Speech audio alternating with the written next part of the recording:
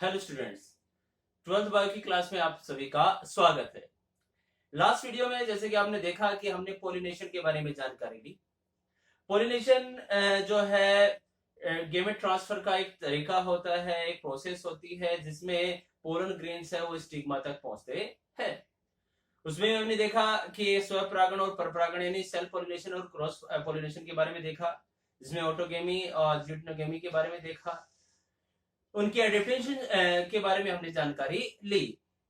यानी self pollination की आपने देखा कि भाई जो पुष्प होना चाहिए वो बाइसेक्सुअल होना चाहिए, उसमें जो है एक समकालपकता होनी चाहिए, होमोगेमी होनी चाहिए। ये सारी कंडीशंस है, अगर है उपलब्ध है तब उसमें, और साथ क्लिस्टोगेमी अगर है, या ये कहूं कि अगर उनमें अनुमिल्यता पाई जाती है तो उनमें सब प्रागण होगा। जबकि आपने देखा कि जो पर परागण के लिए अनुकूलन होते हैं उसमें आपने देखा कि फ्लोर जो है यूनिसेक्सुअल होना चाहिए, उसमें हेटेरोस्टाइली है, हाइकोगेमी है, ये कुछ कैरेक्टर होंगे।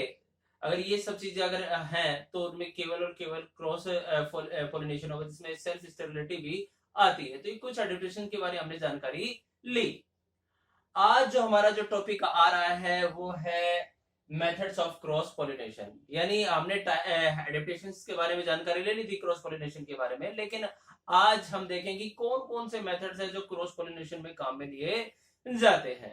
तो इसमें सबसे पहला हम देख रहे हैं वायु अपरागण यानी एनिमोफिली। नाम ही देखिए, वायु परागण यानी वायु के माध्यम से होने वाला जो परागण जो होता है वो वायु परागण कहलाएगा, एनिमोफिली कहलाएगा। एक्चुअली क्या है कि कुछ प्लांट्स के आप जो फ्लोर के आप देखेंगे कि जो पोलन ग्रेन्स होते हैं बहुत ही हल्के होते हैं, कुछ के चिकने होते हैं, किसके शुष्क होते हैं। ये जैसे तेज हवा आएगी, परागकोश के स्फुटन के समय हवा के साथ तेजी से जाएंगे और किसी भी पुष्प के किसी पादप के पुष्प के वर्तिकाग्र पर गिरे जाएंगे। और उन पादपों में खास बात है तो इनकी जो वर्तिकाग्र जो होती है वो बहुत ही ग्राही प्रकृति की, रोमिल प्रकार की होती है, किसमें ब्रश प्रकार की होती है, जिसकी वजह से वो आसानी से उनको ग्रहण कर लेते हैं, अर्थात उनमें वायु परागण के लिए भी अनुकूलन पाया जाता है। अगला इसमें आता है, दूसरा आता है हाइड्रोफिली यानी जल परागण की बात करते हैं, यानी जलीय माध्यम में होने वाला परागण। एक्चुअली क्या होता है कि जल में रहने वाले जो प्लांट्स होते हैं उनमें भी परागण की क्रिया होगी, लेकिन ये जरूरी नहीं है। ये जरूरी नहीं है कि जो प्लांट जो पानी में है या जल में है उसमें हाइड्रोफिली हो या जल परागणी हो। कुछ किसी में वायु परागण भी हो सकता है और किसी में आप देखेंगे तो कीट परागण भी पाया जा सकता है। तो इस बात जब करते हैं कि जल परागण की, तो दो प्रकार के पादप पाए जा सकते हैं जल में। एक तो होते जो सबमर्ज्ड होते हैं यानी पानी में डूबे रहते हैं और कुछ जल की सतह पर तैरते रहते हैं।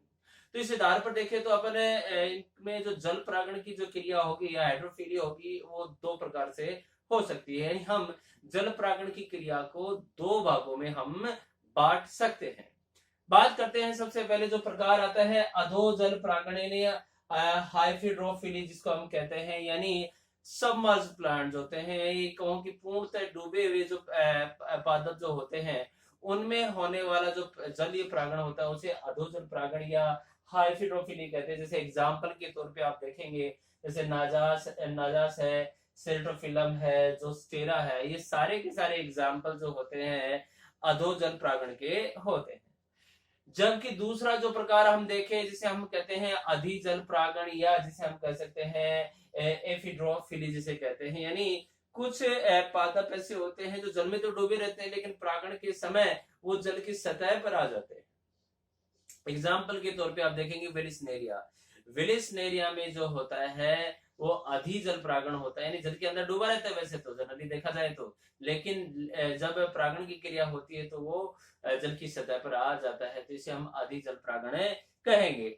अगला जो इसमें आता है आप देखेंगे कि तीसरा आता है एंटीमोफिली जिसे हम कीट परागण भी कहते हैं।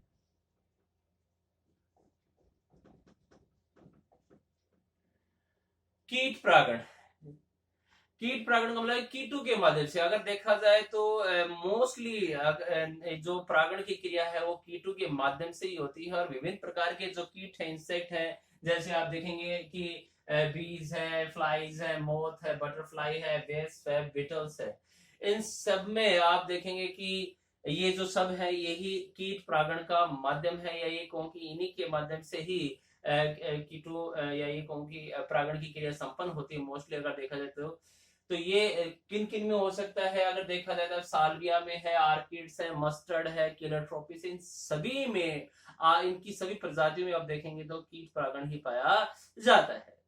अगला जो हम देखते हैं इसमें आता है ऑर्निथो फिली या पक्षी परागण, यानी पक्षियों के माध्यम से होने वाला परागण। और इनमें भी आप देखेंगे कि जैसे कि कोई पक्षी है वो अपनी चोंच की सहायता से अगर फूल से कुछ ले रहा है तो वो अपने उससे कीट उससे जो परागण है वो चिपक जाते हैं, जो किसी दूसरे पुष्प पर जाएगा तो वो वहां पर छोड़ देते हैं। तो इनमें अगर देखा मोस्टली अगर जो पक्षी जो भाग लेते हैं परागण की क्रिया में, जैसे हमिंग बर्ड है, फिर है सनबर्ड है, नेटिरना है, ये सभी जो होते हैं इनके द्वारा जो है पक्षी परागण या ये कहूंगी ये जो पक्षी परागण की क्रिया में भाग लेते हैं। मोस्टली अगर देखा जाए तो बॉम्बेक्स है, बुचिया है, बिग्नोनिया है, इरिथ्रिना है, ये सभी जो एग्जाम्पल आपने देखे हैं ये सभी के सभी में आप देखेंगे तो पक्षी परागण पाया जाता है या ऑर्निथोफिली पाई जाती है। अगला जो हम देखना चाहेंगे देखते हैं वो है चिरोप्टेरोफिली या चमगादड़ परागण। चिरोप्टेरोफिली की बात करें तो यानी कुछ ऐसे भी पुष्प होते हैं जो दिन के समय नहीं खिलते हैं, केवल रात के समय ही खिलते हैं।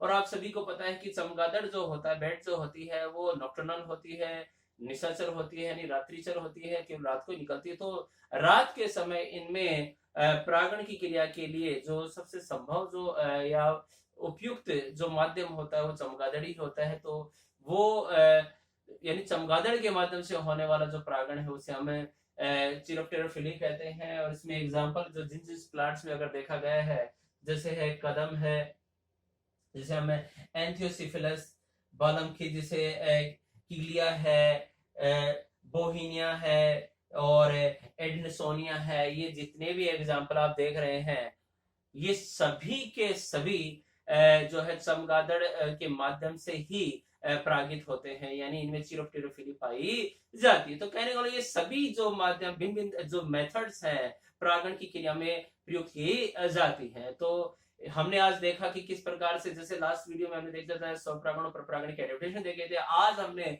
वायु परागण के लिए जो जो माध्यम या विधियां जो काम में ली जाती हैं उनके बारे में हमने अध्ययन किया। यानी हमने देखा कि किस प्रकार से वायु के माध्यम से भी हो सकता है, जल के माध्यम से भी हो सकता है, कीटों के माध्यम से, पक्षियों के माध्यम से और चमगादड़ के से भी हम देखते हैं कि परागण की क्रिया संभव हो सकती है।